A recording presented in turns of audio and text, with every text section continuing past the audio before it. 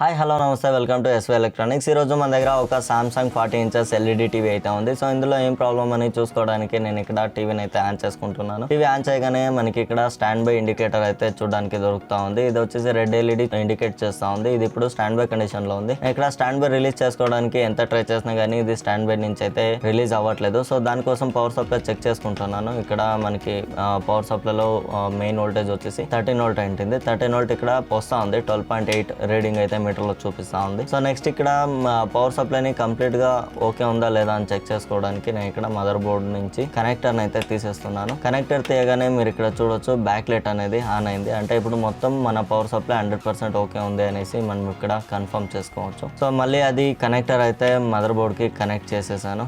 Next ఇక్కడ mother board లో voltages ని చూసుకుంటున్నాను. సో మదర్ బోర్డ్ లో మనకి మేజర్లీ వోల్టేజెస్ వచ్చేసి 12 వోల్ట్ 5 వోల్ట్ ఇలా వోల్టేజెస్ ఉంటాయి కదా, అవి చెక్ చేసుకోవాల్సి ఉంటుంది.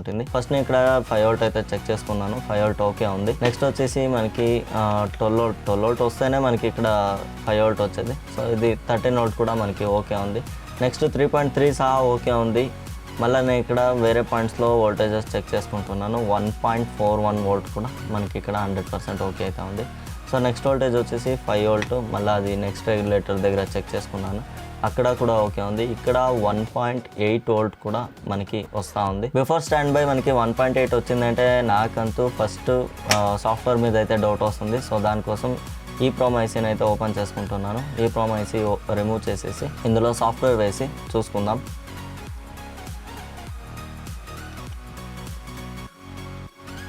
ఈ ఐసీకి సాఫ్ట్వేర్ ప్రోగ్రామ్ చేసుకోవడానికి నేను ఇక్కడ దీన్ని ప్రోగ్రామర్ అడాప్టర్తో అయితే కనెక్ట్ చేస్తున్నాను.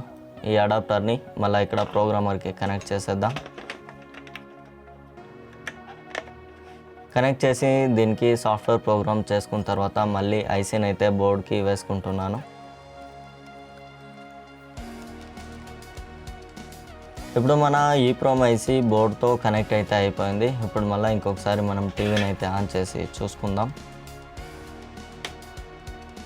మళ్ళీ ఇక్కడ సేమ్ మనకి స్టాండ్ బై ఇండికేటర్ అయితే చూడడానికి దొరుకుతూ ఉంది. నేను స్టాండ్ బై రిలీజ్ చేయడానికి ట్రై చేస్తున్నా కానీ ఇది స్టాండ్ బై అయితే రిలీజ్ అవ్వట్లేదు.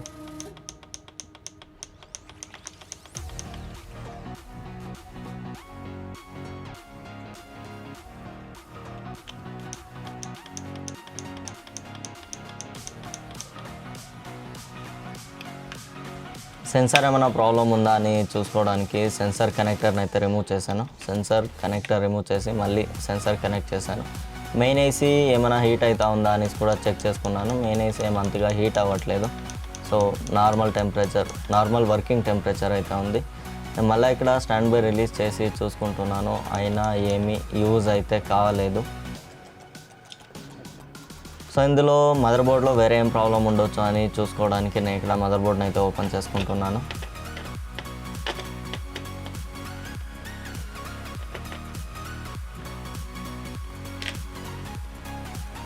పవర్ సప్లై కనెక్టర్ అయితే ఓపెన్ చేసుకున్నాను. నెక్స్ట్ ఇక్కడ ఇది స్పీకర్ కనెక్టర్ ఏంటింది, స్పీకర్ కనెక్టర్ కూడా ఓపెన్ చేసుకుంటున్నాను.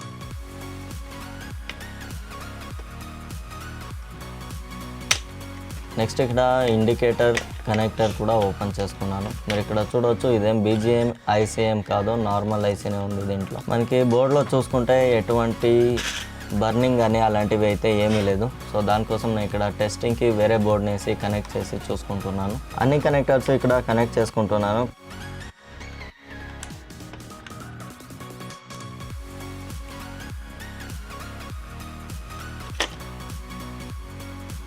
కనెక్ట్ చేసిన తర్వాత మదర్ బోర్డ్కి స్క్రూస్ వేసుకోవాలి. స్క్రూస్ వేసుకుంటున్నాను.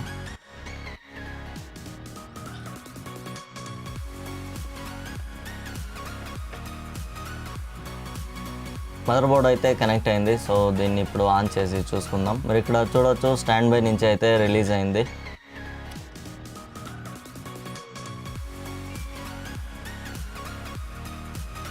దీనికి హెచ్డిఎంఐ కనెక్ట్ చేసి చూసుకుందాం.